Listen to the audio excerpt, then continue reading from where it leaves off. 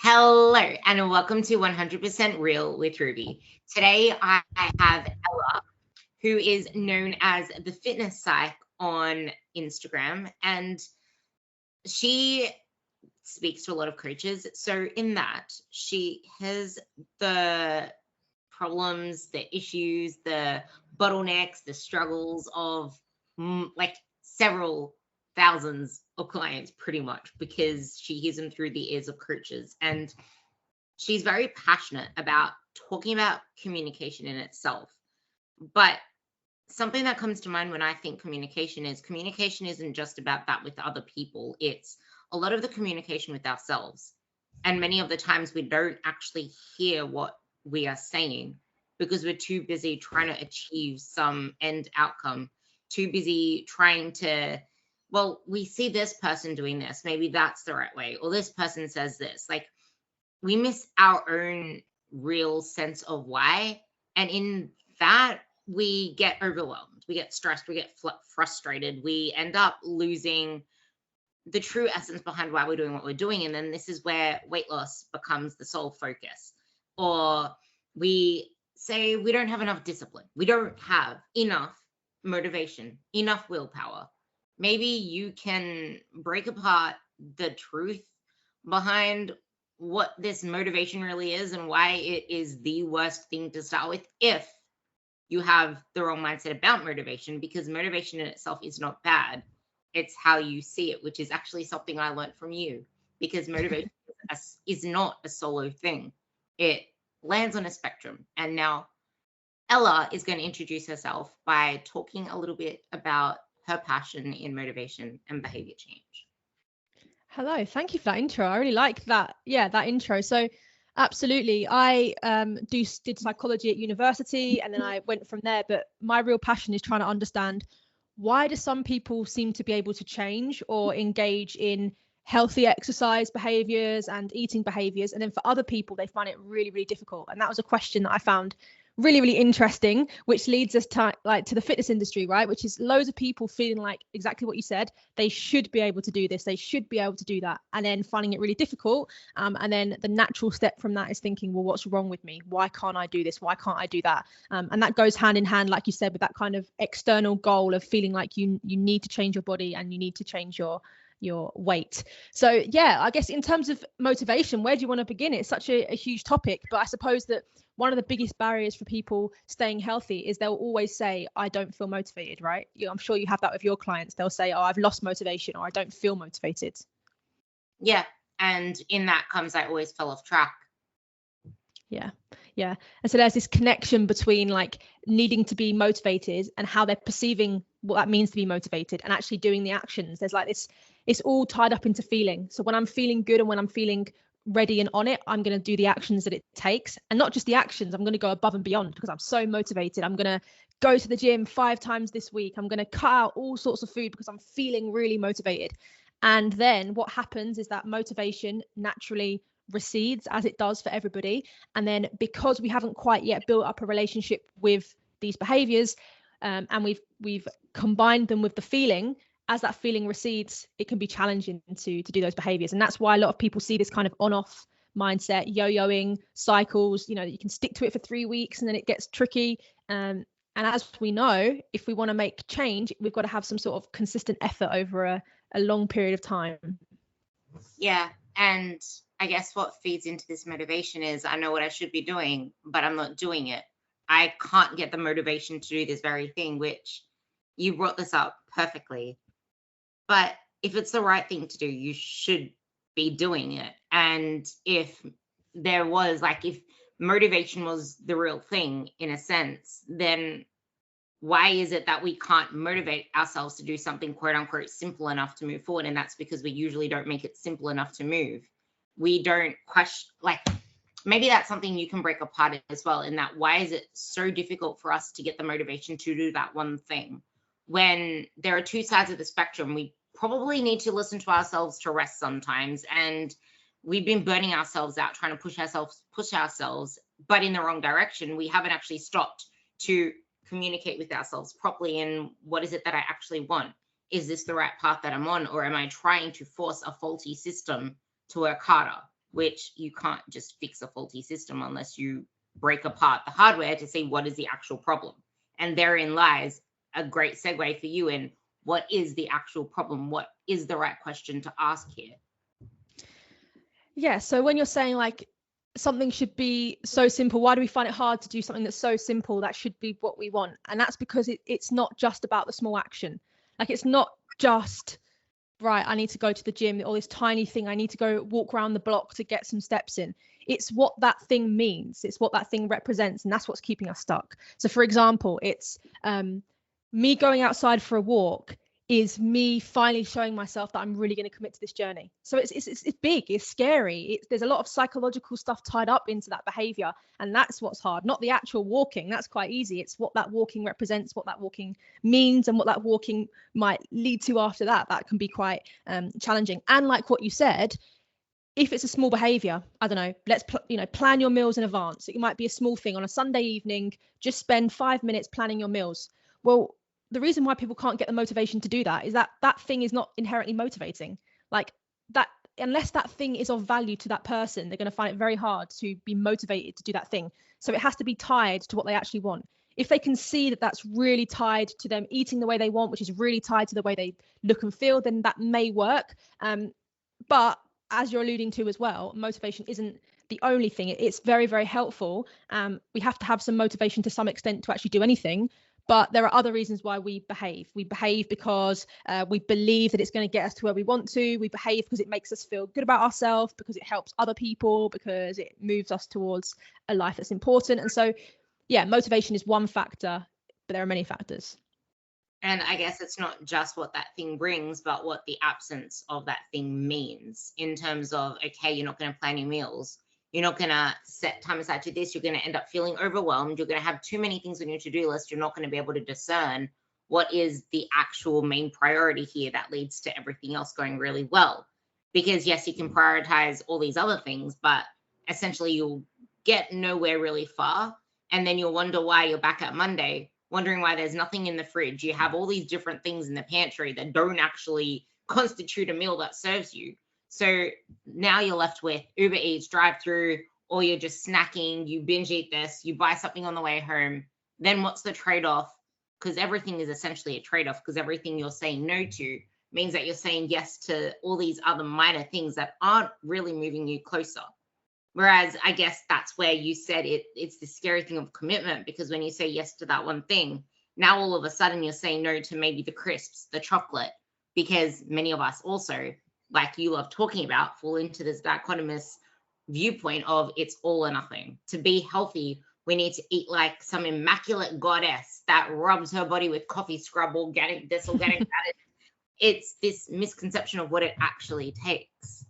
Mm-hmm.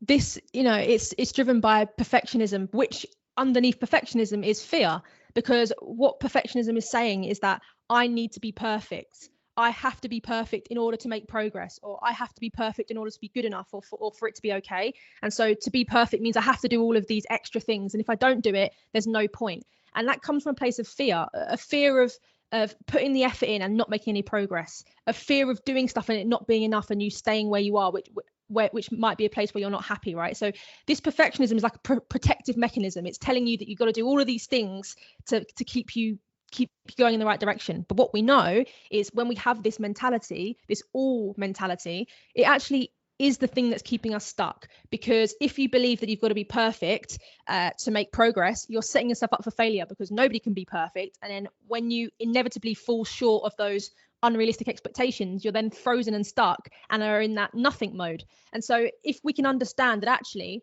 it's not the fact that you had some crisps that's the problem, it's not the fact that you missed a workout that's the problem, but the real challenge is the mindset that you have to be perfect to make progress. That is the real barrier. And if we can become more comfortable and realize that we can make progress being imperfect, being a human that has flaws, that sets us free really to just make some consistent smaller progress. I think, I know the hugest part of our journey that this shows itself up in is in our diet, in our nutrition. And I can't relate to it now, because here's the thing, I've been doing it for 6-7 years, But I know that when I started, I had the same issues. And I feel like a lot of people on social media are speaking about where they are now, not where they were before. And many of the times we failed to get to where we are now. And so many people are scared to do that failing process. Whereas, okay, cool. Failing to me 7 years ago didn't have such dire consequences to probably if I was just starting now, or someone that has 10 more kilos on them with a more desperate need to change. We feel like, okay, I can't risk anything right now. But then being neurodivergent yourself, and I do have a couple of neurodivergent clients, which I'm kind of grateful that it was in a time where I had more space to allocate to this, because now the struggles that I'm personally having as a neurodivergent have nothing to do with the food and the exercise in the same way. It's the other things with managing my life. But people sometimes, like not just neurodivergence, they struggle to do that with their own food. But outside of the neurodivergency, which, sorry, I'm throwing divergent topics to you, but all converging to the same thing. Then there are those that are struggling to, I guess, this is kind of probably where coaches, quote unquote, can throw out meal plans and give someone some sort of structure. But then on the opposite end, it's just like try to make it up as you go and figure out a meal plan. But then we do that with ourselves, where it's either let's just figure it out as we go, or let's just have a strict meal plan, instead of figuring out, okay, what's the better option? Where can I fall in the spectrum of having this perfectly structured meal plan that I follow every single day to having absolutely nothing to go off on the other spectrum? But if you don't intentionally, everything is about intentionality. If you don't intentionally make a choice and then another choice, because everything you do is a series of choices, whether or not you engage in the choice or the choice is made for you because you didn't make a choice yourself, you are choosing to go through the fast food lane and feel like shit because you didn't make the choice earlier on to prep something. So regardless of whether the choice is yours or not, those are your choices because you didn't make a choice, and not making a choice is a choice. That aside, now falling on the spectrum, how can we put together this all or nothing, this perfectionism, this motivation, all these different elements to create some sort of momentum forwards where we're not on either side of that spectrum and not falling off track every weekend, or on a Wednesday anticipating the weekend, then as soon as it's a Friday, it's like, oh fuck, it's the weekend anyway, I'm just gonna have to start again on Monday. Okay, there's a lot in there, right? So what you're speaking to a bit there is our desire for certainty. So what we really struggle with as humans is a lack of certainty. So that middle zone is so uncertain. Like, oh, what do you mean that sometimes I will have a bit of a structure and other times I might be a bit flexible? That's really uncertain. That's really scary as a human. And so what we'll tend to do is switch to binary thinking, which is, okay, well, I can't tolerate this uncertainty. So what's better is that I either have a strict plan, then at least I know, and that's set and I can just do that, or that doesn't work and I'll go the other way where I just do what I want, because at least then we have a solid outcome and we understand, right? And so we struggle with this uncertainty. And so I think the answer, or the mindset that ties all of these things together, is flexibility. It's the ability to respond moment to moment with what is going on and be able to show up and be able to behave flexibly. That is the challenge. The reason why I'm not assuming, I know the reason why you said that you've tried this in the past, but now it's been years and this is your lifestyle now, it's because you're flexible now. It's that now, if you can't make a gym session, whilst you will be disappointed, you're able to be flexible. That if you can't go in the morning, maybe you'll try and shift it around in the evening, or if there are some machines taken in the gym, you're going to be able to be flexible and move around it. You know, if you really wanted a high protein meal but you've gone to the store and your favorite thing is gone, you can be a bit flexible. And so flexibility is the heart of it, which comes from the ability to tolerate uncertainty, to tolerate to change, to tolerate the fact that you're not going to be perfect all the time, and accepting that good enough is good enough. And I think people who are healthy, quote unquote, whatever that even means, or who engage in regular, movement or healthy eating behaviors, is because they can be flexible, or they might be a bit too intense. But yeah, anyways. I guess that's also where social media can be confusing, because a lot of people are preaching this flexible approach, but that approach might not, for a lot of people, work for you at the beginning, because you've been flexible your whole life. You've been all over the place your whole life. You need to actually bring in some structure. And stay with that structure, deal with the trade-offs of having such structure to be able to develop the confidence, the competence. And something I wanted to talk about later, but we will actually bring it in now, is building up that confidence bucket, finding proof, our track record that we can do the things, because I never had any sort of flexibility in the past. I was so much more strict on myself, but in doing that, it was able to pull me away from the identity that I was. But I learned that flexibility in itself. And I think this, I don't know whether you read Master of Change by Brad Stulberg, but he brings in this concept of rugged flexibility versus just plain old flexibility, where you don't have the banks of a river to keep you into a steady flow of a river, versus being water all over the place and creating a flood of disastrous, aimless Yeah, so wandering. that's actually a really good point, right? So when I talk about flexibility, we're talking about psychological flexibility, not necessarily flexibility in terms of diet. And the really important point there is it's confined. So it's within the constraints of the thing that's now meaningful to you. And so what you're doing is you're being flexible, but within the realm of, but I still am a healthy person. And so flexible might be, okay, I don't have the optimum chicken breast, but I'm still having this other option that is within also the constraints of me being a healthy person, not just flexible of like anything at any time. That's not necessarily what flexibility would mean. Like you said, like there are constraints there. And then to the point of confidence building, you're right. Like one of the biggest parts of confidence building comes from getting evidence. And sometimes people don't have the evidence, or the evidence is actually that they can't do it because they have tried in the past and they have seen lots and lots of losses. And so it's hard to have any confidence. And so really there's no way through this but to have to face up to this and have to move forward. So what you would do is you would take something and make it as absolutely easy as possible, and you would just demonstrate to yourself over a period of time that you can do this really small thing, and that's what builds confidence. So rather than saying, okay, I'm going to be in a deficit every single day and I'm going to eat no junk food, you might start really small of like, I'm going to add an extra portion of vegetables each day. And so you do that, and over 2 weeks, you feel successful. You feel really confident that you can do that. And then you would pile on the next behavior and then the next one. And then you can slowly build confidence that way. Can we talk about the things that stand in the way of doing such, like having too many decisions and leading to decision fatigue, a lack of clarity that we give ourselves because we leave ourselves too many options? Yeah, so you like the idea of constraints. I can tell that you work well with constraints, cutting out options, which helps you to focus more, right? And that is a good way of reducing overwhelm and decision fatigue. I think the two key things about behavior change, and not many people in the fitness industry recognize this very much, is that there is the cognitive component, which is the intentionality, the rational side of your brain, having to think things through, planning, and that's important. But you also have the automatic side, and a lot of our behavior is driven automatically through habit, through association. And so actually a very good way of reducing decision fatigue isn't necessarily to make a decision at the start of the week and to plan. That's one way of doing it. Another way of doing it is curating your environment so that you have less decisions to make. So that actually you're not having to constantly decide, oh my God, am I going to have a takeaway or this, or am I going to, and actually your environment has set you up for success. So there's no snacks in the cupboard, or the vegetables in your fridge are already pre-chopped, or your shoes are already by the door, or you have a class booked in that takes the decision away from you. So the more structures that we can put in place around us that removes decisions can also be as effective, if not more effective, than having to make a decision to not make decisions.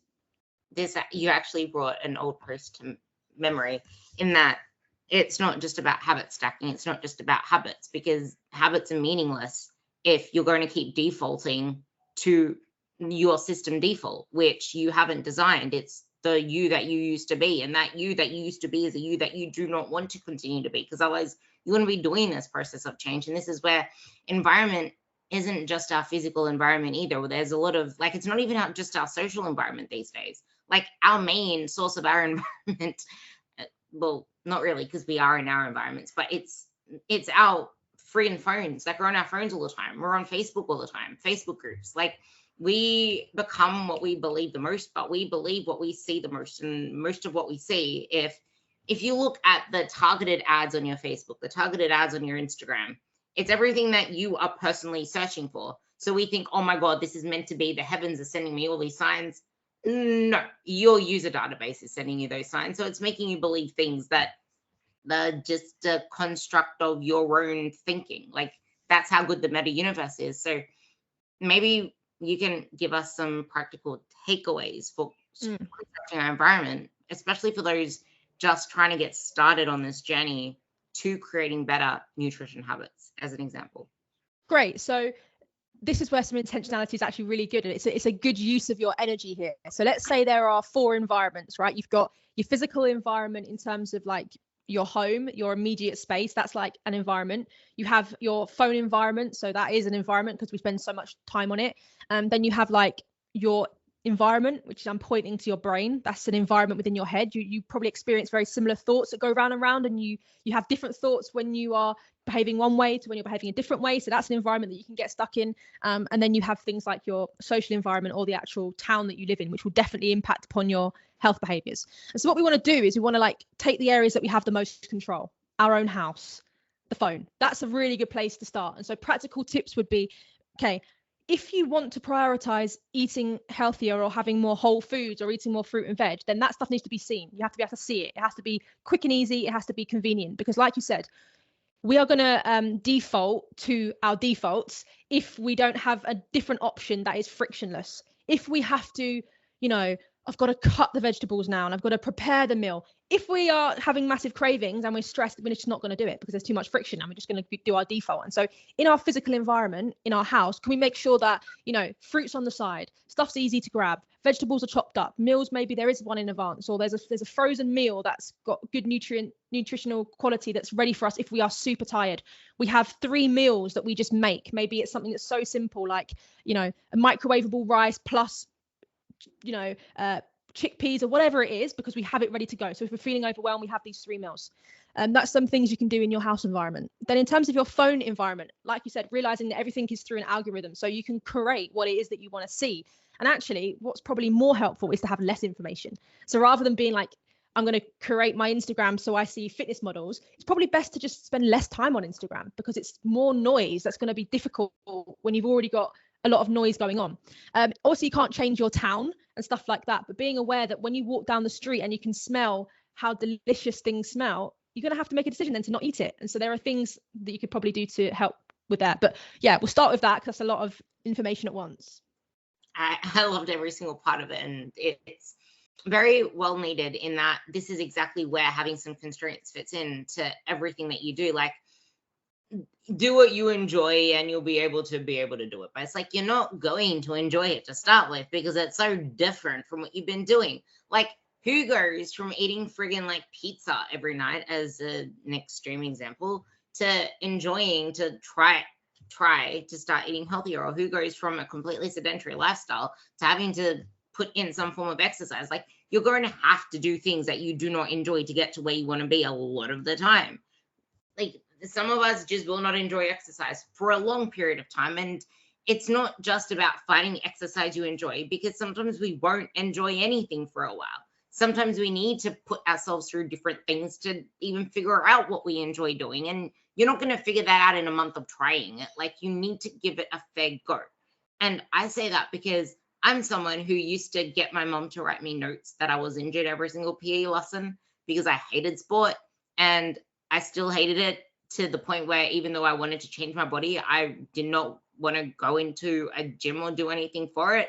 But at the same time, I thought that people go to a gym to lose weight, and I had different intentions where I just wanted to change my body outside of wanting to lose weight. So I'm like, I'm not made for the gym, or I tried and then I hate it. I love it for a week and then I hate it. But it's like, sometimes you just need to get yourself consistent with doing something regardless. But how can we break that barrier when, like you said, it's not just let's go to Pilates, not just let's go to the gym. There are all of these different components. Like, I need to schedule it into my calendar, because something's always going to pop up if it's not scheduled in your calendar, because if it's not in your calendar, you're not going to do it. So maybe that, and bringing in that whole system of trade-offs, because like you said, everything does serve you in a way. And if we're not thinking about the trade-offs in enough detail with the feelings we're going to feel, what that means for us in the end, then we're always going to go to our default choice. Okay, so the thing here is that, yes, to some extent, we may have to do things that we don't enjoy. I think that like, we don't have to necessarily love a new thing that we're trying. That really, really helps. Some people, as you'll know, will just try a Zumba class or whatever and love it, and then they're hooked, and that's really, really simple. But you don't have to love it, but you can't hate it. So that's really important. If somebody really dislikes something, then it's not going to work. That's not how behavior reinforcement works. You can't do something that you hate. And another point here is, yes, whilst you're going to have to try things that are a bit challenging or that you aren't sure of or a bit uncomfortable, the issue comes when we work with a coach and the coach wants us to do all of this at once. And so it's not possible if we are, for the first time, trying out the gym, we're trying out eating different foods, we're trying increasing our steps, we're now having to track our food, we're using apps, we're now checking in, we are now having to do some emotional work. Like, that is too much. And that's why people can't do it. And it's not because there's anything wrong with them or they don't like to do difficult things. It's because we need a level of stability, and we need a level of security, trust, rapport, support, in order for us to be willing to try things that are a bit uncomfortable. And so this is where the coaching relationship is key. If you build a solid relationship with your client or your coach and you really trust that person, then you will be a little bit more willing when they say, hey, maybe you might want to try a squat for the first time in the gym. And because there's safety and you're not overwhelmed in every single other area of your life, you have almost the mental capacity to take on something that is difficult. The issue this is linked to is actually people are in general very overwhelmed in life. And so they start on this process, they are super stressed, they're super busy, they've got kids, they've got this going on, and then they are starting something and it's too difficult. Even if we don't perceive it to be difficult, we think it's easy getting in your steps. For them, because they're in a period of massive overwhelm, it is too difficult. And so we have to realize, this is the tricky thing, is that it's going to take so much longer than somebody thinks, because you have to start with far less than what you would think. You have to change a small little behavior at a time. That last bit, start off with way less than you think. And I was going to say, it's not the coaches that typically do this. Well, it's not mostly the coaches that typically do this. We tend to do it to ourselves and thinking that we should be able to manage all of these different things. And I know, because many of the times I would try to slow my clients down, as an example, and they still want to try to do all these different things. No, I want to make sure that I go to the gym regardless. No, I feel good when I'm lifting weights. When you haven't even been to the gym consistently for a week, it's like, no, let's filter this in slowly. And I have a very successful client that I would bring up with this as well, in that we just focused on getting her eating more veggies, more water, more steps. And then we focused on more protein. And I had gym days on her plan, but I never focused on it. But now all of a sudden she's going to the gym as well. Like, she's actually showing up for that. But I'm not really rewarding that because that's not in the focus. But she's still continuing to do it. And I will start rewarding it here and there. Like, sometimes I'll point up on things like saying, I'm really proud that you're consistent and you're actually pushing yourself in the gym. I don't care what she does and doesn't do on the plan. It's the fact she's showing up, because that's not the thing that's in focus right now. And that's something you should do for yourself. Because if you feel like you should be doing all of these different things, or you did have a coach in the past that expected you to do all of this stuff, maybe you succeeded with it before because it was the first time trying. Usually when it's your first time trying, you have all the motivation and ambition in the world. And then you do it, and then you fall off it, or you gain the weight back, and then you do it all again, and then you're back to the start. But over each time, you lose that drive, you lose that effort level, you lose your willingness to keep doing that same thing, because you don't have any proof of concept, quote unquote. And yeah, I'll let you take it from there, because you can. Well, yeah. And so this is why I said right at the start, a lot of this comes from a place of perfectionism or fear. Why don't clients just say, okay, I will just try this week or the next 2 weeks to just add veggies? Why? Because they're scared that if they do that, they're not going to make enough progress, and they're scared that they're going to be stuck in the life that they are. Right? And so that's the problem. And so that's what's driving it, is fear.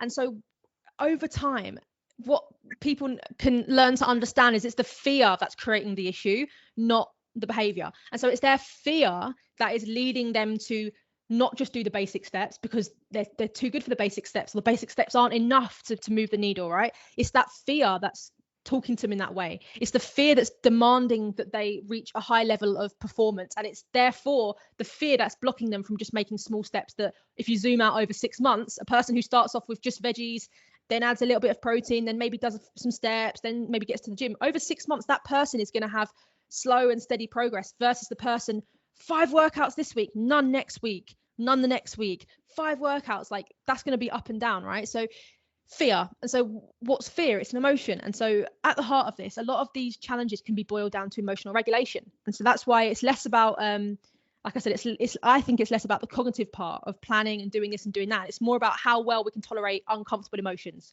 And if people are willing to tolerate uncomfortable emotions, then they're going to find it that they are going to be able to make more progress. So uncomfortable emotions could be anxiety, shame, guilt, embarrassment, fear. You know, you step on the scale weight hasn't moved. How do you feel?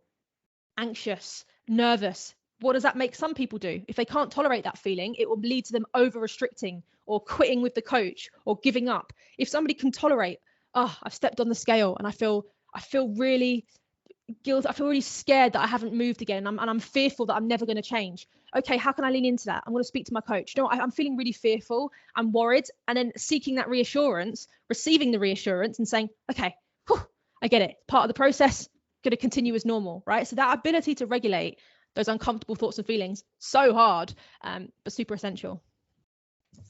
That fear that you're never going to change is such a big part here as well.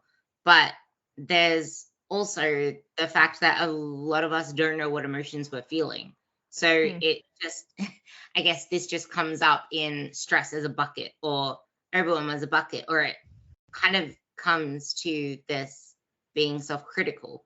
And maybe you can speak to how this self-criticism can not only hold you back, but it can lead to you doing more devastating actions, because it's the worst poison of the two. Because, okay, cool, you might have slipped up a little, or there's this uncomfortable emotion that you can't deal with. You're getting hard on yourself about it. That's just making you feel worse about it. I should be already here. I should be already there. But I think if you bring into this as well, one of the biggest fears, as you said, is what if I'm never going to change? What if I'm not meant for this? What if I keep falling off?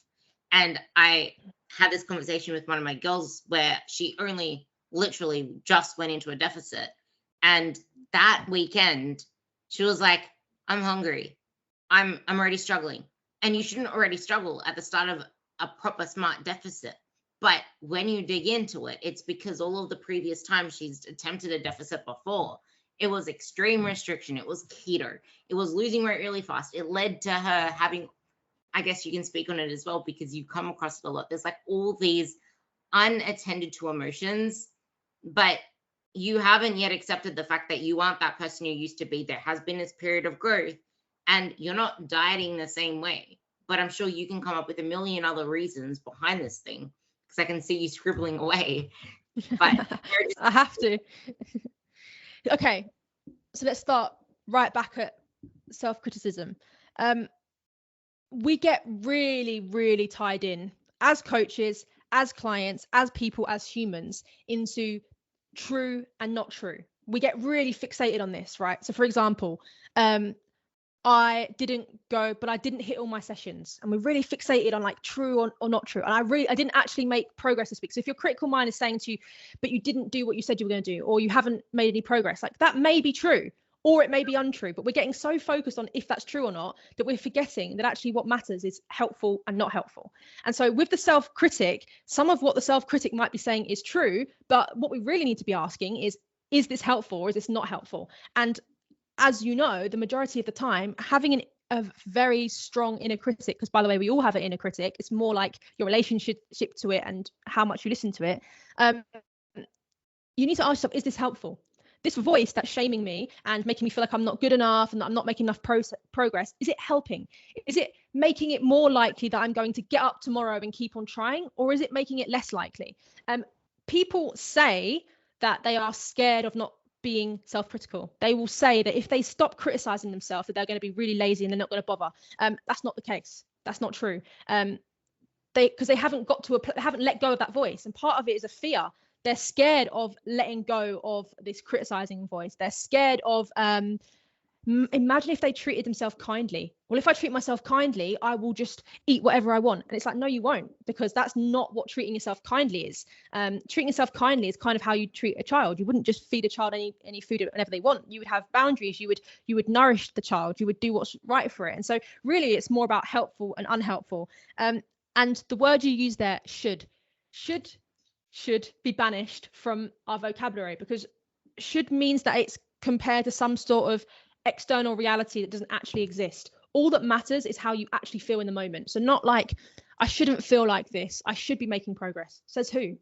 Right? So it's actually a rigid belief that the world should be the way that we think it should be. Absolutely not. There's nothing that says the world should go as we want it to go. There's nothing that says it should be easy. There's nothing that says that all of these things, right? There is no should. That's made up. But by believing that there's a should, makes us feel like we're falling short and makes us feel like something's wrong, makes us feel frustrated. Whereas if we realize there only is what there is, right? If you want to get deep, there only is what there is, then we get to work with it, right? So either I can say, oh, I really should like the gym, or I should be able to do this. Well, you can't know, right? You can't. So I do feel hungry right now, or I do feel sad right now, or I do feel like I don't want to go to the gym. Okay, that's fine. That's how you actually feel. Let's work with that, rather than when people banish how they actually feel.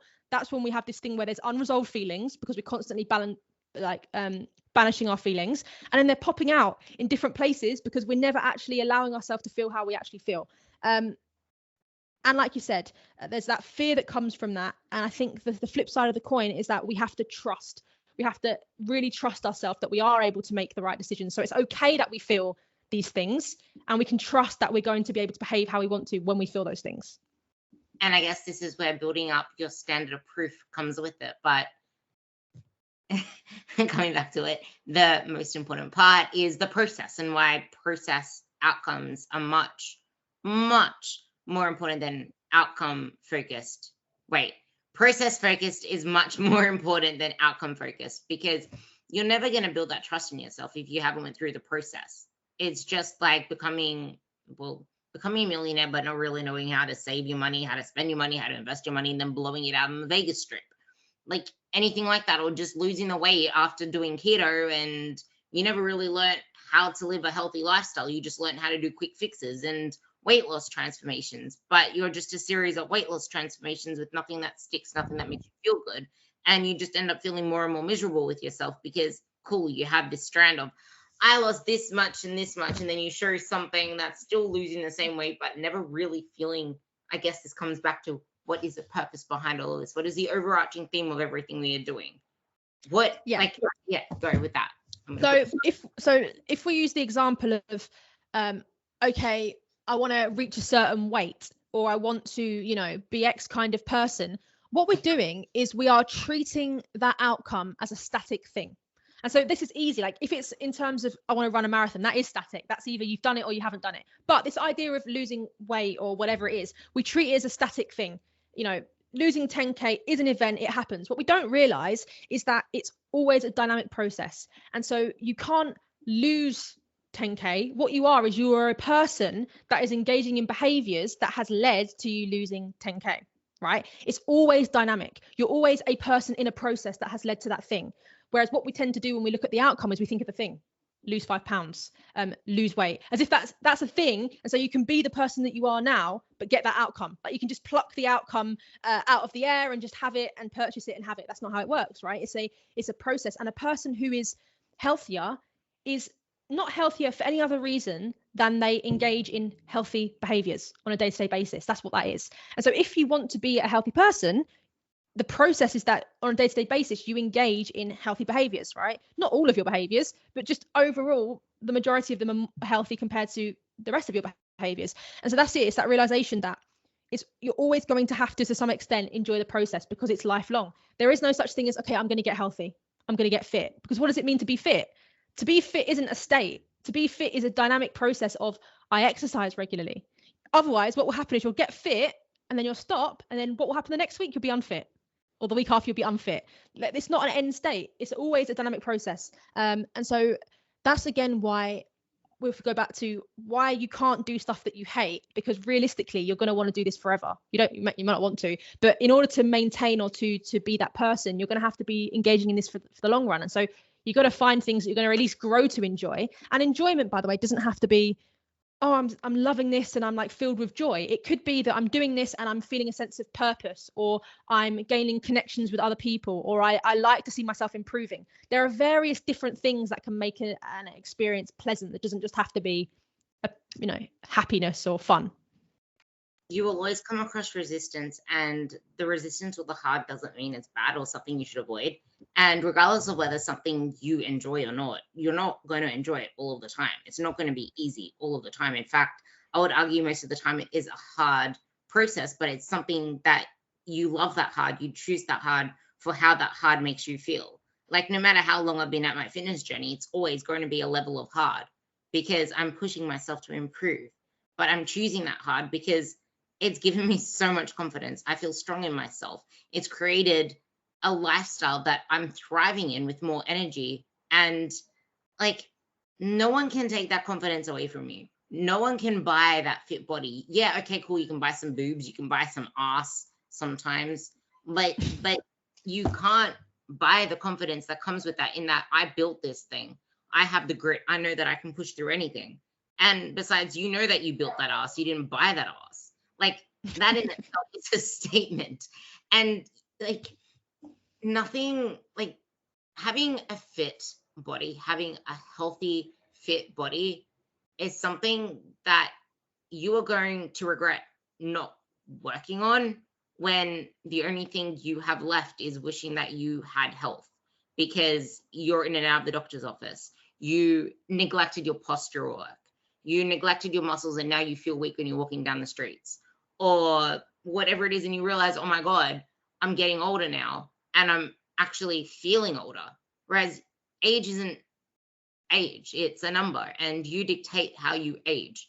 And you can do that through choosing a series of choices that lead you to the outcome that breeds a healthier version of yourself, because you delayed the gratification. You delayed the instant gratification, the instant wins, the instant dopamine hits. And we haven't really touched on that yet, but I think that's something really important to bring into this, tying into, actually bringing another element to tie into this, because I wanted to mention it before when you were talking about whatever it was, we feel like it letting ourselves go or getting lazy if we have the self-compassion. I just remembered it. But also not focusing so much on the weight loss itself, because weight loss isn't the end goal. The process is the end goal, because the process is life. The end goal isn't really a goal. The end is death, because that's the end of our lives. You don't just get something and then keep it, because if you don't use it, you lose it. And if you haven't learned how to use it in different contexts, on holidays, when life is really busy, when the kids are chaotic, which, hello, when all of this shit is happening, you're going to have the least motivation to do things. Things aren't going to be as enjoyable, because now you're going to have other higher priorities. You need to learn how to juggle those priorities and find your minimum effective dose, because you need to accept that your lifestyle in this season of life is not the same as it was before. It does not mean you're failing. It does not mean, hey, I'm going to quit my coach because I can't give you my 100% anymore. Coaches don't need 100% from you, but you do need to learn with the coach how to navigate those areas if you've never navigated them before. Otherwise, your ship's going to drown on the unnavigated seas, because you don't know how to navigate those seas. And the thing that I wanted to tie in with that is the process of change in itself, and how it isn't just that physical component, but that mental component. Because not focusing so much on your body and your weight does not mean letting yourself go. And there are so many other things in there that I know you can bring in. So I'll hand it over to you. Okay.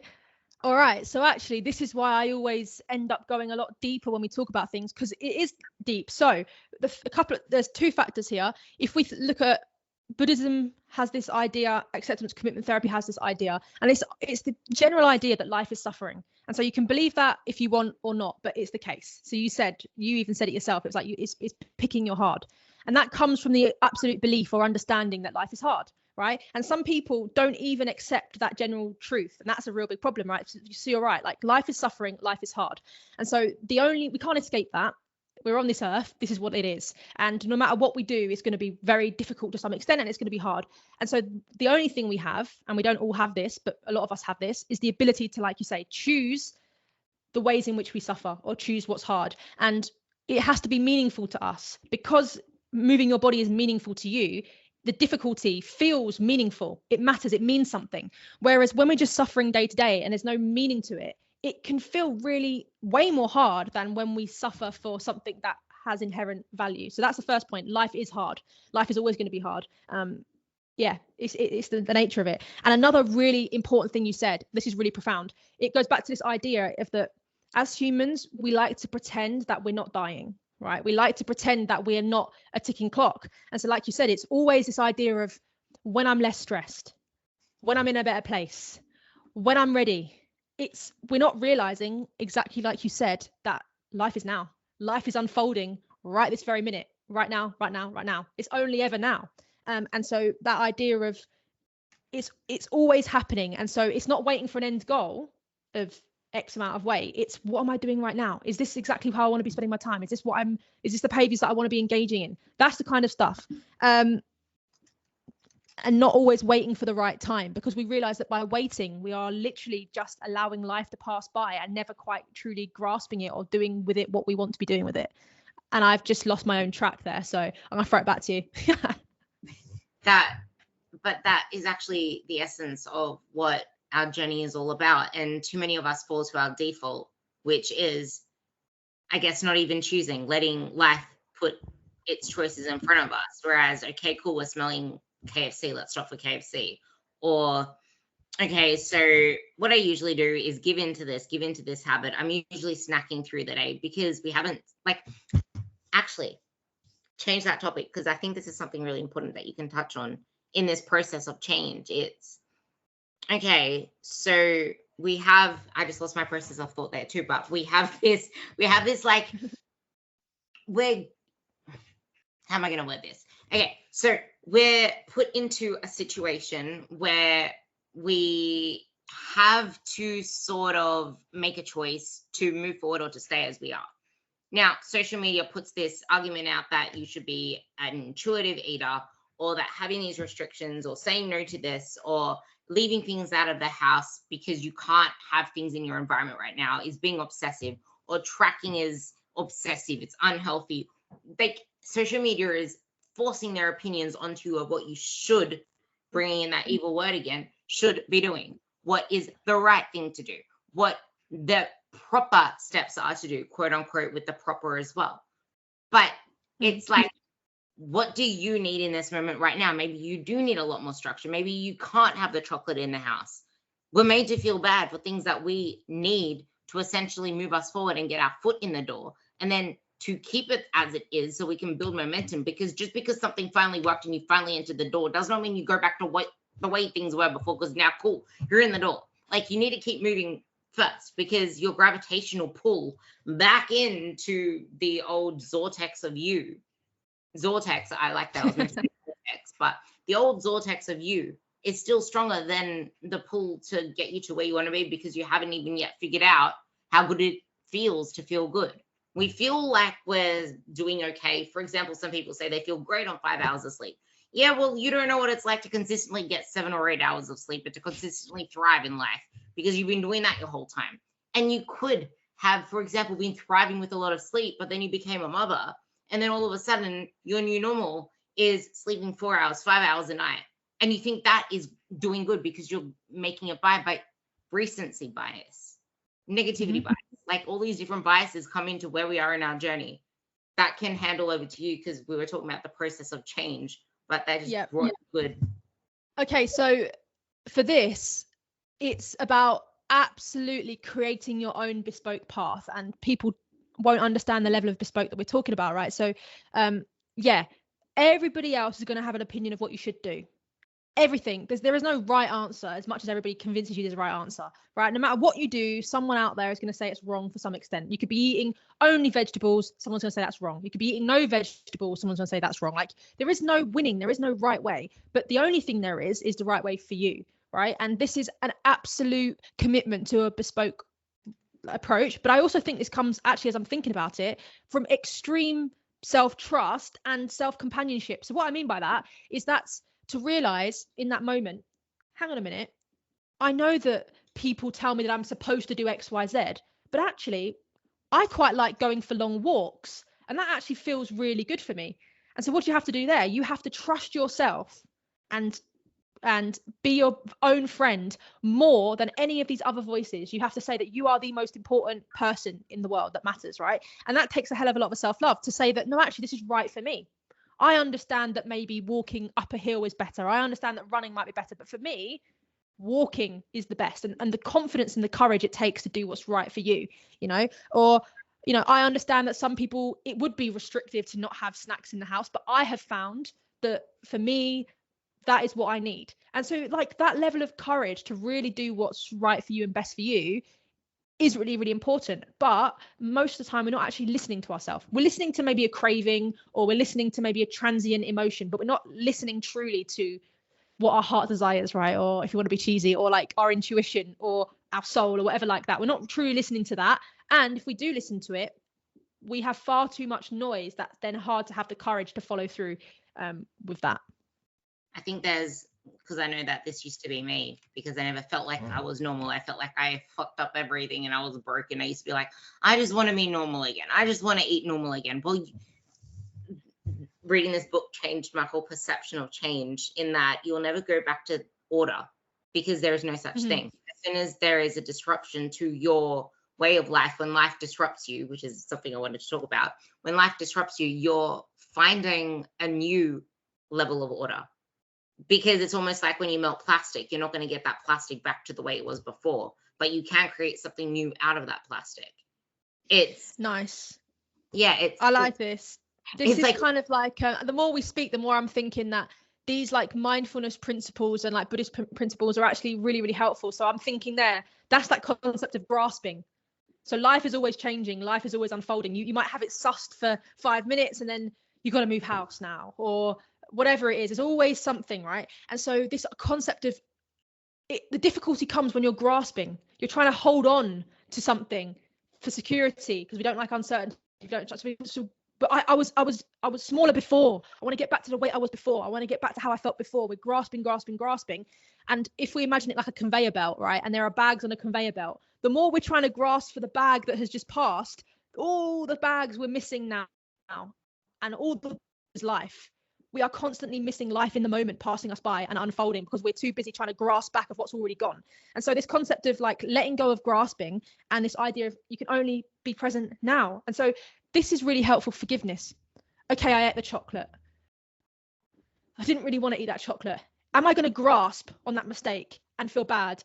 And all the while I'm grasping on that, I'm not realizing that there's a moment right now that I'm here, that I can enjoy life, or that I can make a choice right now, or that I can live right now, because I'm too busy worrying about that, or I'm too busy worrying about the next bit of life that's going to come up next week, right? So this concept of being present, moment to moment, unfolding. I really love that. Something you touched on before bringing this up as well, which I feel really fits in here, is that you're not listening to yourself. And I kind of introduced this with your love of the mistakes. And I didn't actually mean mistakes then. I meant missed takes. the missed takes and mistakes of communication with ourselves. Because we don't even know how to communicate with ourselves, because we're speaking a different language. We're speaking the language of Joe and Sally and Karen from HR and friggin' Bob Van Doo, the keto warrior. But what is it that we need in this moment? How are we feeling? And this is bringing back to the concept of why I ban the scales for at least 6 months in someone's journey, because we don't know how to feel within our bodies. We don't know how we should expect to feel when we wake up, and we don't have a scale dictate how to feel in that morning. We don't know how to go into a session, into training, how to feel in our bodies when we're lifting weights. If the concept of weighing less isn't daunting us, if the concept of shrinking our bodies or training just to shrink our bodies, oh my God, what is this going to show me in a week of being consistent on the scale? I can't wait. Like, we're doing everything for the purpose of one outcome, except to learn how to feel in our bodies. And it's funny, because whenever I used to weigh myself and see the scale go down before a deadlift session, I would feel straight away, fuck, I'm going to be so weak today. The scale went down. It's a complete opposite to what people normally feel, but that was always how I thought when I was going into a heavy session. Oh my God, now I'm not going to be able to lift as much. Like, we don't recognize these things until we've stepped away from something for long enough. And oh my God, yeah.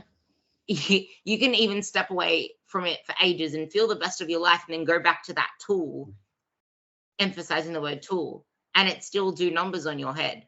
But at the same time, like you brought up that whole walk thing, it's like, what is the whole purpose of this anyway? Because maybe that scale doesn't even serve the purpose, which I can assure you it does not serve the purpose at all. Like, you do not need a scale to change how your body functions, how your body looks, how your body feels. What you do need to change are the actions that you take, because you are not someone trying to lose weight. You're someone who is going to create a lifestyle and make the deliberate choices day after day to live a lifestyle that makes you feeling confident, because weight loss really isn't the goal after all. And this kind of brings back to what I wanted to talk about in the foundations are essential to build first. Yeah, so I'm just going to quickly add to that. What you'll often find is the clients will say things like, but the scale says 86 and I really need to get it to 82. And you're thinking like 86 and 82, these are just such arbitrary numbers that literally don't mean anything. But the issue really is what that number means to the client, because 86, 5, 71 doesn't mean anything in and of itself, just like age, but it has a meaning to the client. So what that probably means is 86 means that I'm overweight and I'm gross and people won't love me and that I'm unfit and people are going to think this about me. That's what that number means. And so we think that if the number actually says 80, that it's going to mean that people don't think this about me and I'm going to be able to accept myself and I'm going to be okay and people are going to think I'm attractive again. And whereas none of that is actually can ever be related to the weight on the scale, because nobody can see that number apart from ourselves, right? So that's another thing to tie into like the meaning. And I loved what you're saying as well about this idea of we never actually inhabit ourselves, because like you said, we wake up in the morning, I've got an aura ring, so I woke up, it's telling me how ready I am, it's telling me that I've had a crap sleep, so I'm thinking, oh god, I've got to take it easy today. I don't know how I bloody feel. I've got no idea if I feel ready or not, because this tells me. I then open Instagram, and Instagram will be reminding me that I don't post as much as I should be posting, or I should be building a business, or I should be having a second hustle, or or I should be looking better. And then you go downstairs and you turn on the TV, and then the news is telling you that everybody around you is dying and the world's falling to crap. And then you open up Twitter and everyone's raged. And so you get to 8 a.m. and already you have had this surge of emotion, and not once have I taken a seat and thought, how do I feel? You don't do that. You just go through the life just like wrapped up in everybody else's stuff all the time. And like you said, we never actually inhabit our own body for any length of time to understand ourselves at all. Okay, so why are the foundations important? Well, because they're necessary. You can't build the rest of the stuff without the foundation. And that's like the basic answer, right? Is that if you want to run a marathon, you have to have first known how to run a mile, which requires you to know how to run, which requires you to know how to walk, which requires you to know how to stand, which requires you to know how to crawl. Everything is built upon another skill. And so yeah, you could wake up and just try to run a marathon if you want, but surely the better step is to just take the next step in the journey. The thing I loved about that part there, which I've never actually took into consideration before, is that the walking and the crawling aren't actual forms of running. They're a slower pace. They're like, you could even say that the crawling, the running, they're completely different modes to a run that you need for a marathon. Yet we feel like if we're not doing things to X standard, we're failing. We're not good enough. We're going to fall behind. Oh no, what about this? What about that? What if we never get there? And that just ties this whole conversation into a loop, which I kind of want to tie with a bow with a huge thing that everything's a huge thing, but this has been highlighted in green on this document that I have for Ella for the duration, and that's compartmentalizing versus catastrophizing, and blending it all together to find the way that directs us forward, because neither compartmentalizing nor catastrophizing really get us anywhere far. Yeah, so there must be a middle option, which is maybe just seeing things how they actually are. So so you really want to consistently go to the gym and hit 3 sessions, and I've only made 1 this week. Is it bad? Yes, it may feel bad. It might feel like I've let myself down. That can be true. Is it the worst thing in the world? No.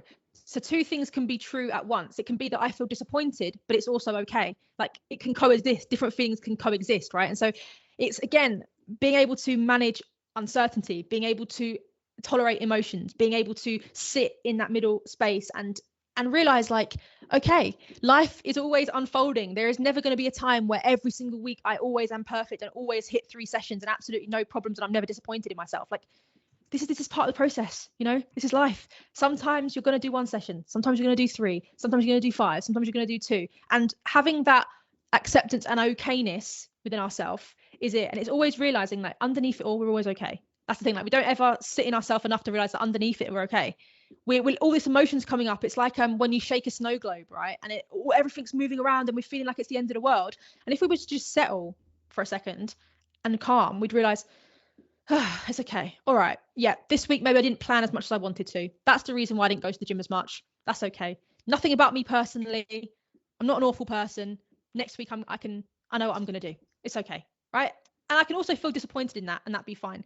I saw something from a coach recently, and it was a client who had weighed themselves, right? And the client had sent the coach like 6 messages within the space of a couple of minutes. Oh my God, the scale's done this, and and you could tell like the franticness and the fear that had come over the client, and just boom, boom, boom, boom, boom. And then the client had sent a message like 15 minutes later. Okay, it's all right. I'm okay now. And I was like, that's exactly it. That's the snow globe. That's the snow globe has been shook, and we haven't just given it a time to just settle for a minute to realize that it's okay.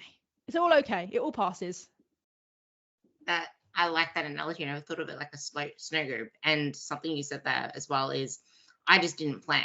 Like, it's not great to just say, I'm just going to get back on track, or I'm just going to do what I know I need to do, if you don't try to understand what is it that led to that slip in the first place. Because I don't like the whole "a mistake made twice is a choice," because I don't believe that to be true. I feel like one made 3 times is more so a choice, because you might need to make it a second time to realize that, hey, this is a red flag. I need to maybe address this thing.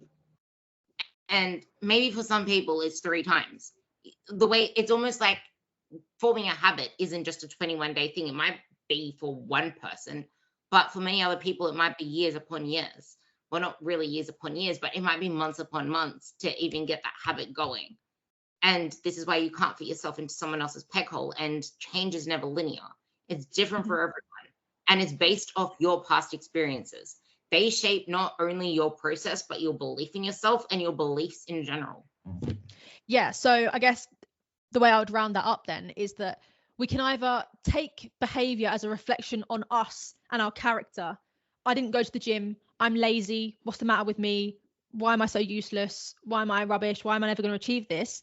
Could do that. Not going to be helpful. Or you can see disappointment and not achieving stuff as what it really is, which is just a feedback mechanism. And this whole process is an iteration. So rather than taking it personal, there's something wrong with me, I'm bad, I did something wrong, it's I just didn't plan. Or, okay, I wasn't prepared for the hunger. I see now. Not that I'm greedy. No. I wasn't prepared for the feeling of hunger. Now I see what it's going to take. Okay. And so this is compassion. This is compassion 101 instead of criticism. Rather than criticizing my character and thinking that there's something wrong with me as a person for not being perfect, I'm realizing that, cool, I'm going to be making mistakes on the way. This is part of the process. And so what behavior was it that I could change? That's information. That's okay. It's okay that I didn't do it perfectly. I'm going to change things moving forward. That's the perfect way to see it, because that way you're not seeing yourself as, I guess you're not seeing yourself as a pass or fail, but exactly that very thing, a being in motion that's going through the things. And that's essential when you're chasing an outcome, because if you're only doing something for an outcome, what happens when you get that outcome? You're not an outcome. You're a series of choices. You're all these different things. And I think that does sum it up really well. So I'll let you sum it up with where people can find you, anything else that you want to plug, anything else that you want to tie this up with, so that people can take away some practical little Ella nuggets of wisdom. I love that. I've really, really enjoyed this conversation. So thank you for having me. It's always nice to explore those things. Best place to find me is on my Instagram at @thefitnesspsych_. You'll see me on there posting general stuff about behavior change. So yeah, that's the best place to find me. But other than that, it's nothing really necessarily to plug or anything. I actually highly recommend you pop onto her Instagram and check her out, because the slides that she puts up are as we should really be putting things to ourselves, and they're simple, they're structured, they're the opposite of what we tend to do with the way that we want to move forward in complicating everything. Because as soon as you bring things down to the bare basics, you're able to actually move forward. So highly recommend you check out the Fitness Psych with an underscore. And I hope you enjoyed this conversation. And if you did, give me a 5-star rating and give Ella a message in her DMs, because I'm sure she'll love to hear from you guys. and tag me if you share us, and just share it with a friend. You don't have to share it to your stories, because I've got a lot of people that said that their friends shared podcasts with them and they were really grateful that they heard that message at that period of time. So do that, help someone out, and you'll hear me on the next podcast.